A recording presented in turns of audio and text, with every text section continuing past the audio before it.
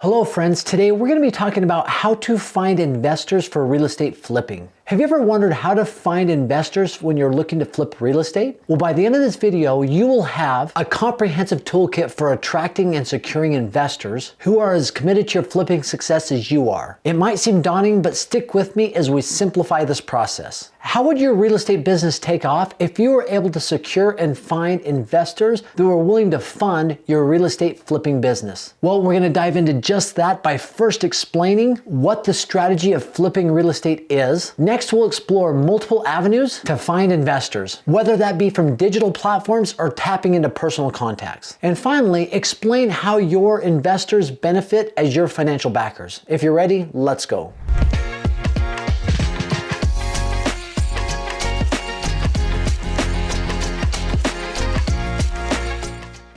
Before we dive into finding investors to fund your real estate flipping business, let's first talk about exactly what that strategy is when it comes to flipping real estate. If we break it down to its most simplest core, it's essentially finding a property that you buy at a discount and turning around and selling it for a profit. And that is without utilizing the property at all. I had an experience doing this many years ago. I was actually probably 3-4 years into my real estate investing career. I'd done it mainly on the side. I'd found a piece of property. It was a lot in an area that was starting to go up. I had bought 2 of these properties, 2 lots, and I had somebody come to me and say, listen, I'm interested in more lots. And I said, listen, the prices are here. I'll sell it to you for just under that. We don't have to involve a realtor. So it was a good deal for me, good deal for them. So I flipped a lot and probably made $5,000-$6,000, nothing big, but it was another way of just flipping a piece of property. And I happened to be able to flip it because the market was appreciating. And in traditional flips, when people think about flipping real estate, this is most likely what will come to mind. You're in a neighborhood, you see a home, and think of any place that you've been, any city or maybe where you live. You find a piece of property, you're able to get that under contract for a price that's really low. You turn around, you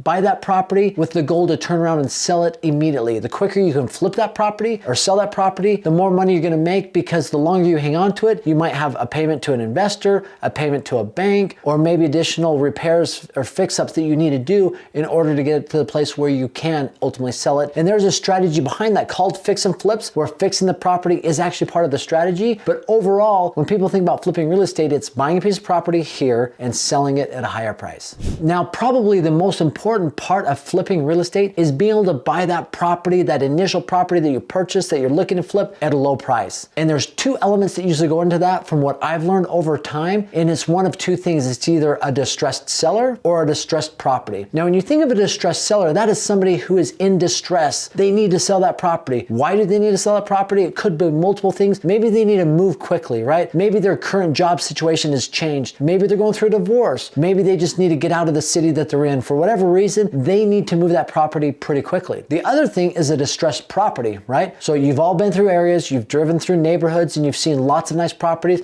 All of a sudden, there's that property that stands out that doesn't look that great. Maybe the lawn or the yard just isn't well maintained or taken care of, or some things that could be updated on the home that are simple, like painting the door, painting the garage doors, adding an awning, whatever it might be. A distressed property is something that could use a little bit of rehab, a little bit of work. And if you find a distressed seller or a distressed property, chances are you can get those properties under contract for less than something that it looks really good or at retail price. And when you are negotiating with a distressed seller, one thing that I would definitely recommend that you're doing is you need to shift your mindset from being one of transactional, like, hey, I just want to buy this property, I don't care who's on the other end of it selling it to me, to one of like, how can I create a win-win where I am providing a solution for the seller rather than just buying it from them? Because a lot of times they're in a tough situation. If they're distressed, they are having challenges. So you providing solutions to them on saying, listen, I can buy the property here. This is what the numbers tell me, but I am happy to pay for a moving truck, or I am happy to put you up in a hotel for a few nights. If you can create a solution and have that in mind of a win-win, you are going to get a whole lot more deals done than if you look at everything transactional.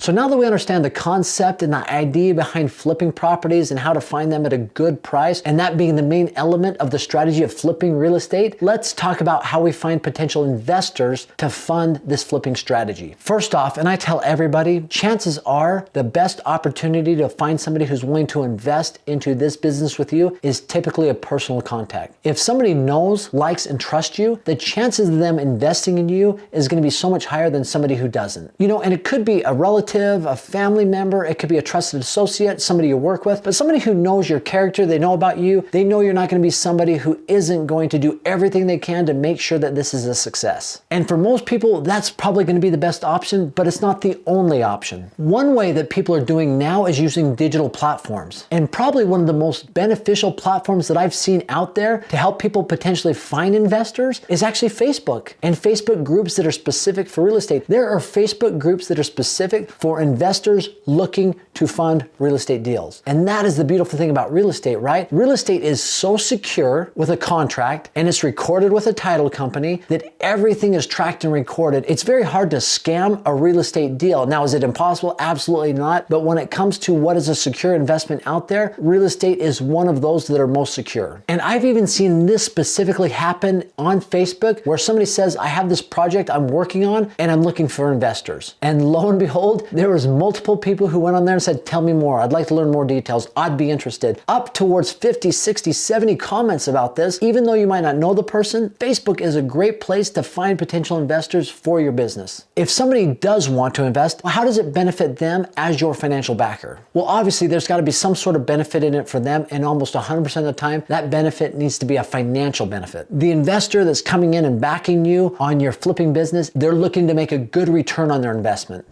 The other benefit is the financial backer is a lot of times when they are funding you flipping a piece of property, they're probably utilizing their money to purchase the whole property outright. So they become the 100% owner of that property. Their investment is secured 100% by that asset that they just purchased. But if I was that investor, and I imagine most of them would want to make sure that the property is purchased at a good price, right? Because if the property is listed at 300 and they buy it for 300 and the market goes down, they're in a bad position. But if the property is listed at 300 and you buy it for 250 and they come in and pay 250 for it, even if the market comes down 10%, they're still better off than they were before with a piece of property. Being able to sell that property could be a challenge, but ultimately they're looking for you as the person that they're funding this flipping business for to get properties at good prices. And most of them, because they are savvy investors, they've made money in other places in their career, they'll probably look for a couple of things: a market analysis, a comprehensive analysis of comps in the area. What are other properties selling for? Just to make sure that they can compare with other properties out there and make sure that what you have it under contract for is well below what these other comps are saying.